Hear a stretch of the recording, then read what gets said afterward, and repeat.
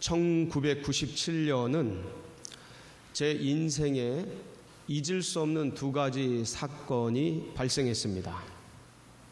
첫 번째가 뭐냐면 97년 3월에 제가 결혼을 했습니다. 그래서 지금까지 은혜 중에 잘 오고 있습니다. 그런데 그 해 결혼을 했는데 외환 위기로 인해서 해외로 신혼여행을 떠날 생각을 못했습니다. 그래서 국내로 신혼여행을 다녀왔습니다. 이 사건은 바로 뒤에 이어지는 두 번째 사건과도 연관이 있습니다. 97년 12월 그 해에 대한민국의 국민이라면 다 기억할 그 일, IMF 사태가 터졌습니다. 저는 가계가 몰락하고 기업이 부도나는 거는 봤지만 한 나라가 부도가 난다라는 것을 피부적으로 그때 처음 느꼈습니다. 국가 부도의 날, IMF 차관을 쓰던 날, 그 뒤에 후폭풍이 일어나는데 말로 다 할 수가 없었습니다. 대마불사라고 하는 기업들이, 그 어마무시한 기업들이 턱턱 넘어졌습니다. 부도가 나고 해체가 돼버렸어요. 뒤이어서 수많은 가게들, 자영업자들 무너지고 부도가 나면서 정말 너무나 많은 직장을 잃어버린 분들, 실직한 분들이 거리로 쏟아져 나왔습니다. 아마 그때 제가 기억하기로는 환율이 제 기억으로는 1,800원까지 올라갔었습니다. 그런데 그 뒤로 더 올라갔다고 그러더라고요. 2,000원을 넘었다는 얘기들도 있었습니다. 저는 700원 하던 그 환율이 1,800원 올라가는 걸 보고 기절하는 줄 알았습니다. 와, 이렇게도 변하는구나. 그러면서 직장을 잃고 가게를 잃고 기업을 잃어버린 수많은 분들이 하루가 멀다 하고 자살하시고 숨 끊으시고 그런 뉴스와 보도들이 아주 도배를 하다시피 했었습니다. 너무나 큰 정말 이 민족의 아픔이고 큰 위기였습니다. 아마 6.25 전쟁 이후의 최대 위기였던 것이죠. 그런데 그때 저희 국민들이 움직이기 시작했습니다. 뭐 했죠? 나라가 망해가는 걸 보지 못하고 장롱에 있는 금덩어리들 꺼내고 귀걸이 반지 다 꺼내서 나라에 모으기 시작했습니다. 해외여행 스스로 자제하고 씀씀이들 다 전략하면서 나라를 일으키는데 온 힘을 모았습니다. 기적같이 3년 만에 IMF 차관을 조기 상환했습니다. 제 기억으로는 그때가 2001년 봄쯤 됐을 겁니다. 그때 IMF 체제를 졸업한다는, 끝낸다는 그런 보도가 여러와 같이 보도된 것을 기억합니다. 그리고 2002년에 세계적인 월드컵을 잘 유치하고 진행하고 마무리했던 것이 기억이 납니다. 피날레였죠. 우리 자체적인 피날레고 축제였고 기쁨이었습니다. 실로 대한민국의 저력을 볼 수 있었던 명장면입니다. 그러니까 나라가 망해가고 부도가 나고 어려워서 위기 가운데 던져졌는데 이 기간 기가 막히게도 대한민국은 사회 전반에 걸쳐서 투명성이 제고되는 놀라운 일들을 하기 시작했습니다.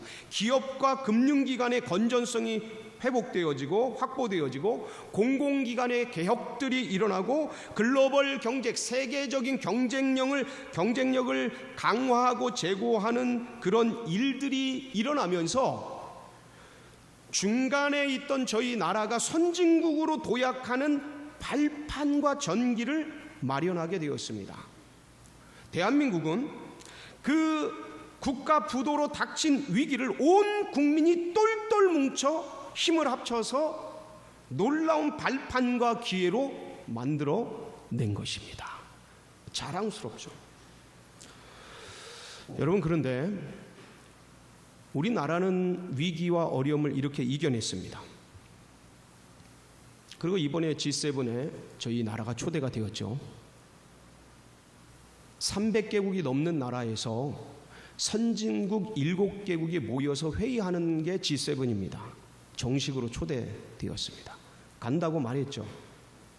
저희 나라는 온 세계가 인정하는 선진국 반열에 이미 들어왔습니다. 우리만 스스로 잘 못 믿지 세계에서는 선진국으로 인정한다라는 G7 회의에 초대가 된 것입니다. 자, 이렇게 이 나라 민족은 어려움을, 위기를 기회로 새로운 발전의 계기로, 발판으로 만들었습니다. 자, 그렇다면 우리 개개인에게 찾아오는 인생의 위기와 고난과 어려움, 그리스도인들에게 수시로 닥쳐오는 고통과 삶의 그 위기를 과연 우리는 그럼 어떻게 새로운 기회와 발전과 성장의 모멘텀, 발판으로 만들 수 있을 것인가? 저는 오늘 이 말씀을 통해서 이 부분을 함께 고민하며 찾아볼 때에 우리 성도님들에게 인생의 큰 도약의 발판을 마련하는 복된 시간 되시길 축복합니다. 오늘 말씀의 주인공은 다윗이죠. 다윗은 이세 아들로서 막내입니다. 8번째 아들이죠. 그는 아버지가 맡겨준 양을 치는 양치기였습니다. 그런데 이때에 블레셋과 전쟁이 벌어져서 아버지의 세 아들이 전쟁터에 나가게 됩니다. 그래서 이세는 아들들이 전장에서 과연 어떻게 지내는지 궁금해서 막내 아들 다윗에게 형님들의 안부를 좀 보고 오라고 시키게 됩니다. 그래서 아마도 아버지가 싸주는 여러 가지 것들 싸가지고 형님들을 만나서 전쟁터에 나아갔겠지요. 그러면서 이제 형님들을 찾아서 두리번 거리는데, 아니 저쪽 블레셋 군대에서 커다란 사람이 나와가지고 하나님의 군대, 이스라엘 군대를 모욕하는 발언을 서슴없이 하는 겁니다. 만군의 여호와를 욕먹이고 부끄럽게 하고 이스라엘 군대를 모욕하며 아주 수치스럽게 하는 수많은 말을 쏟아내는데, 근데 이스라엘 군대 쪽에서는 아무도 응전하고 나가 싸우려고 하는 사람들이 아무도 없었던 겁니다.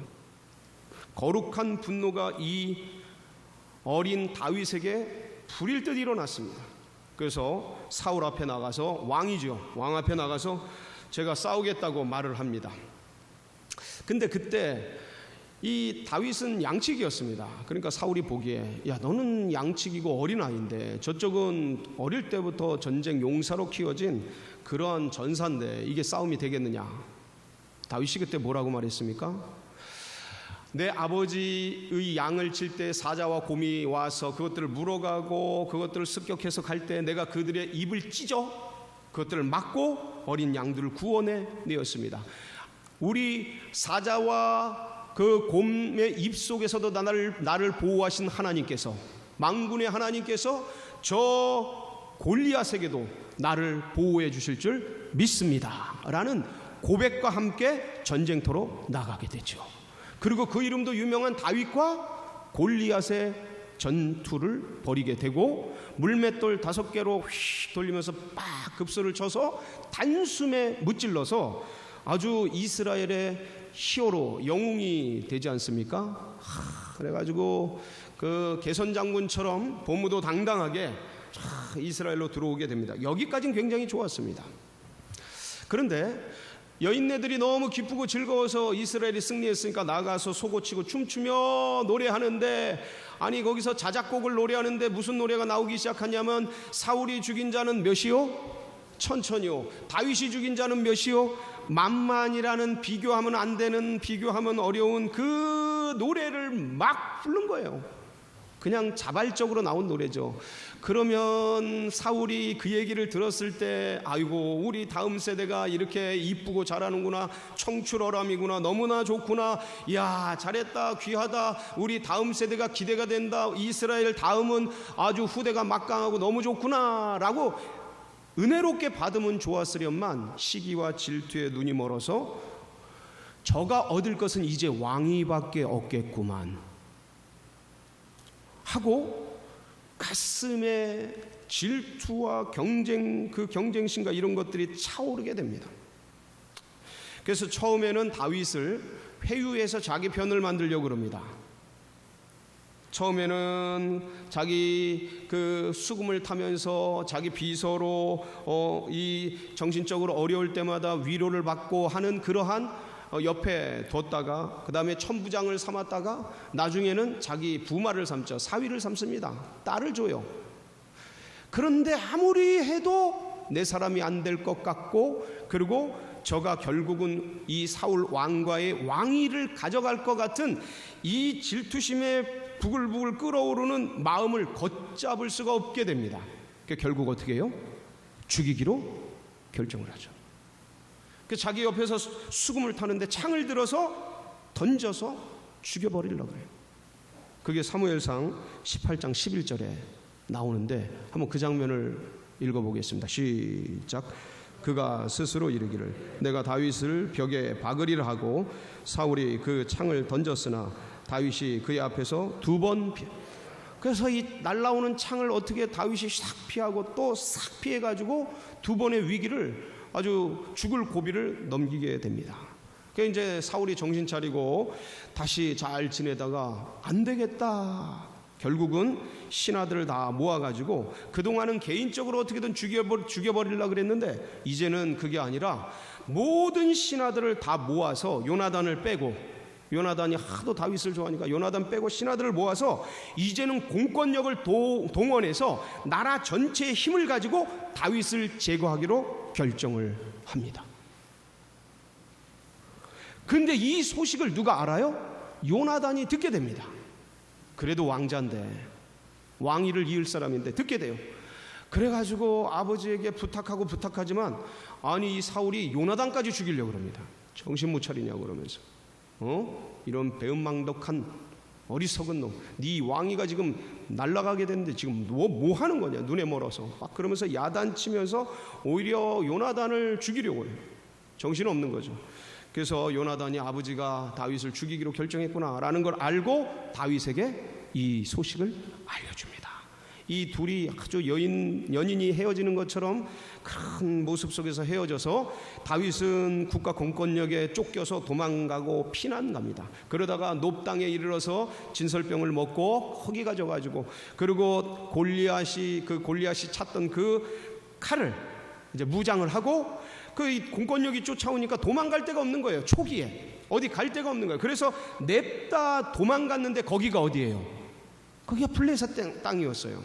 가드라는 땅입니다. 그러니까 졸지에 망명을 간 거죠. 그래서 도망을 가도 어떻게 이런 땅에 도망을 갔는지 호랑이 굴에 제 발로 들어간 거예요. 얼마 전에 전쟁을 해서 골리앗을 무찌르고 블레셋 군대를 격파한 그 장본인이 다윗이었단 말이죠.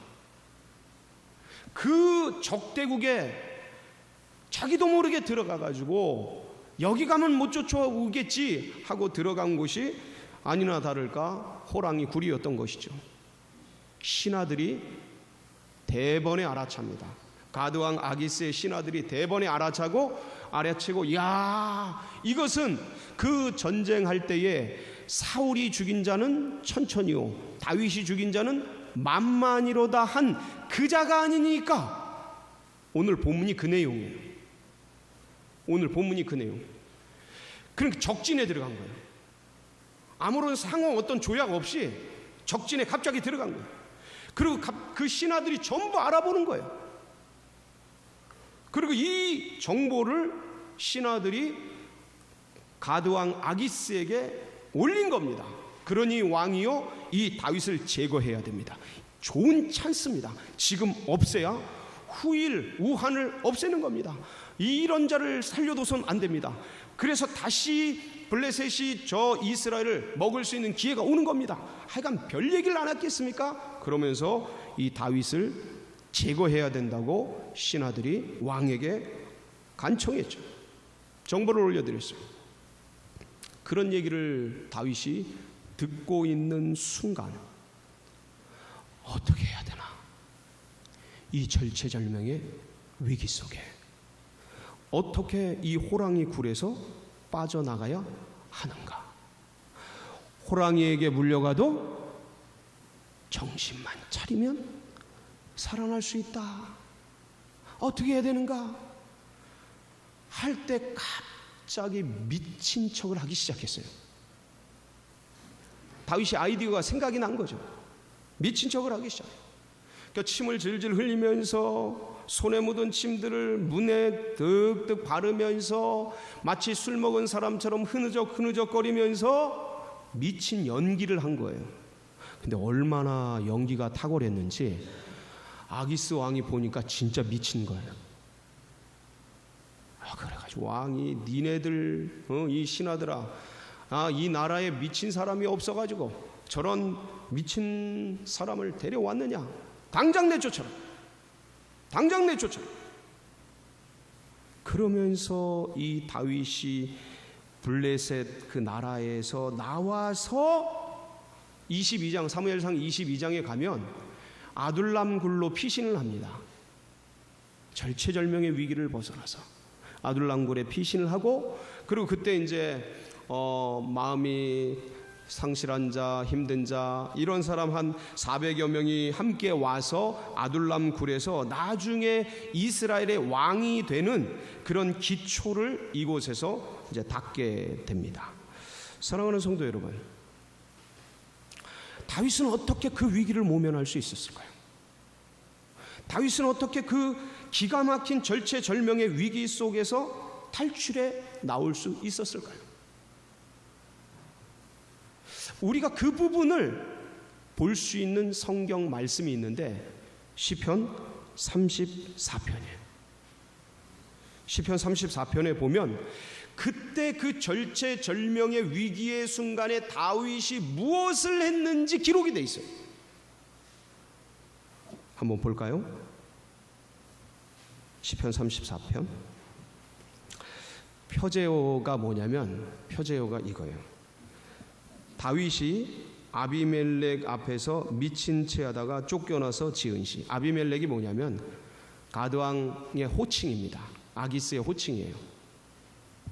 그러니까 그 장면, 거기서 쫓겨나서 미친 채 하다 쫓겨나서 지은 시인데 내용이 이렇습니다. 22절까지인데 다 읽지는 못하고요, 제가 10절까지만 읽을게요. 내가 여호와를 항상 송축하며 내 입술로 항상 주를 찬양하리이다. 내 영혼이 여호와를 자랑하리니 공고한 자들이 이를 듣고 기뻐하리로다. 나와 함께 여호와를 광대하시다 하며 함께 그의 이름을 높이세. 내가 여호와께 간구하며 내게 응답하시고 내 모든 두려움에서 나를 건지셨도다. 그들이 주를 앙망하고 광채를 내었으니 그들의 얼굴은 부끄럽지 아니하리로다. 이 공고한 자가 부르짖음에 여호와께서 들으시고 그의 모든 환난에서 구원하셨도다. 여호와의 전사가 주를 경외하는 자를 둘러 진치고 그들을 건지시는도다. 너희는 여호와의 선하심을 맛보아 알지어다. 그에게 피하는 자는 복이 있도다. 너희 성도들아 여호와를 경외하라. 그를 경외하는 자에게는 부족함이 없도다. 젊은 사자는 궁핍하여 줄일지라도 여호와를 찾는 자는 모든 좋은 곳에 부족함이 없으리로다. 1절부터 3절까지는 나를 구원해 주신 하나님을 찬양하는 겁니다. 이 위기의 순간 그 호랑이 굴에 들어가 죽을 수밖에 없었던 이 다윗의 절체절명의 이 어려움으로부터 구원해 주신 하나님께 대한 감사와 찬양이 1절부터 3절 이 시편에 기록이 되어 있어요. 그리고 4절에 그 위기의 순간 어떻게 그 위기를 극복했는지 기록이 되어 있어요. 4절 한번 볼까요? 시작. 내가 여호와께 간구하며 내게 응답하시고 내 모든 두려움에서 나를 건지셨도다. 내가 여호와께 뭐하며? 그 시간 뭐한 거예요? 그 절체절명의 위기 속에 신하들이 저놈을 죽여야 된다고 말하는 그 시간에 아기스 왕이 보려고 한 그 짧은 찰나의 시간에 이제는 죽었구나 하는 그때에 다윗은 하나님께 뭐한 거예요? 간구한 거예요. 기도한 거예요. 하나님, 어떻게 해야 돼요? 하나님, 저 죽을 것 같아요. 하나님, 이 위기 때 제가 무엇을 해야 되죠? 짧은 순간 주님 앞에 간구하며 주님이 내게 어떻게 하시고 응답하신 거예요. 지혜를 주신 거예요. 그 위기를 극복할 수 있는 아이디어를 주신 거예요. 생각을 주신 거예요. 미친 척하면 되겠구나. 그게 먹힐지 안 먹힐지는 아무도 몰라요. 근데 그렇게 하면 되겠구나 하는 아이디어를 주셨어요. 그 모든 두려움 속에서, 그 위기 속에서, 불안과 공포 속에서 하나님이 다윗을 건져내셨어요.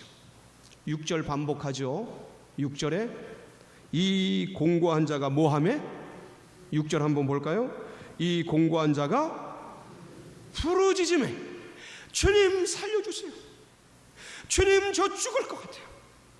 주님 저 너무 괴로워요. 주님.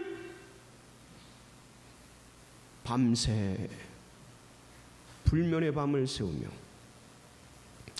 고통과 위기 속에서 아마 지금 자영업자들 너무 괴로울 거예요. 자영업자만 괴롭습니까? 다 기업을 하시는 분들 IMF보다 더 할 거예요. 그 위기의 순간 별 생각이 안 들어오겠어요? 때려쳐야 합니까? 너무 힘든데 이거 어떻게 해야 되나? 가망이 없는데 이거 어떻게, 살 소망이 없는데 이거 어떻게 해야 되나? 하늘을 봐도 뒤를 봐도 앞을 봐도 캄캄한 위기만이, 어둠만이 몰아치는 그때 여호와께 뭐하매?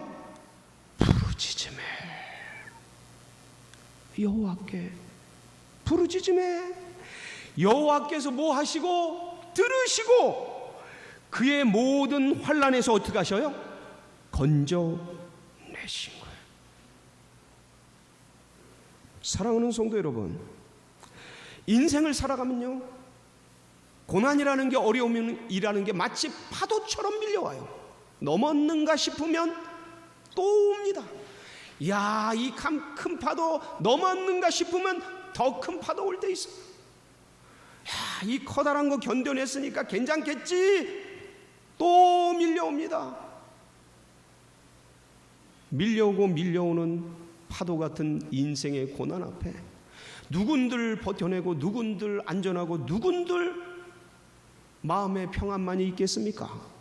어느 순간 별 생각이 다 들어와요. 죽고 싶고, 어느 순간 앞이 캄캄하고 보이지가 않고, 내 인생 어떻게 해야 되나? 자녀들은 어떻게 하는가? 이 가정과 기업은 어떻게 해야 되는가? 암담한 생각들이 몰려올 때 걷잡을 수 없는 폭풍 속으로 인생이 들어갑니다. 여러분, 그때 그 절체절명의 위기의 순간에 누구의 이름을 부르라고요? 우리 주 예수 그리스도의 이름을 부르시기 바랍니다. 누구든지 주의 이름을 부르는 자들에게 구원을 주시는데, 이 구원은 그 상황과 환경으로부터의 구원이에요. 영혼의 구원뿐만 아니라 믿음의 백성들도 위기가 찾아옵니다. 믿음의 백성들도 부도가 나요. 믿음의 백성들도 건강의 상실이 찾아옵니다. 믿음의 백성들도 어려움이 찾아와요. 고난이 찾아와요. 그때 누구의 이름을 부르라고요? 예수의 이름을 부르는 자는, 주의 이름을 부르는 자는, 여호와의 이름을 부르는 자는 그 위기로부터 구해주시고 그 부르짖음을 들어주시고 그 기도 소리에 응답하셔서 그 환난과 풍파로부터 안전하게 보호해 주시는 줄 믿습니다. 여러분, 사람의 마음이 순식간에 변합니다. 그 위기와 공포와 어려움들이 주의 이름을 부를 때 마치 물이 포도주로 바뀌는 것처럼 순식간에 바뀝니다. 주님을 향한 기대와 소망과 기쁨과 은혜가 그 심령 가운데 부어지는 줄 믿으시기 바랍니다. 그때 주의 이름을 부르는 거예요. 그러라고 예수 그리스도께서 당신의 이름을 우리에게 선물로 주신 겁니다. 죽어서 천국 가는 거, 그거 더하기 플러스 이 생에서, 이 삶 속에서 위기와 어려움과 고난에 있을 때마다 누구의 이름을 부르라고요? 예수 그리스도의 이름을 부르시기 바랍니다. 그러면 위기가 기회로 바뀌어요. 고난이 축복으로 바뀝니다. 화가 변해서 뭐가 됩니까? 믿습니까? 이것을 다윗은 맛본 거예요. 그 절체절명의 위기 속에서, 그 죽음이 생명이 오락가락하는 그 순간에 주의 이름을 불렀더니 지혜를 주시고, 그 순간을 탈출해 나와서 이 시를 써나가면서 너희는 여호와의 선하심을 맛보아 알지어다. 주의 이름을 부르는 자는 위기가 변해서 축복될지어다. 여러분, 이 이름을 붙드세요. 이 예수 그리스도를 찾으세요.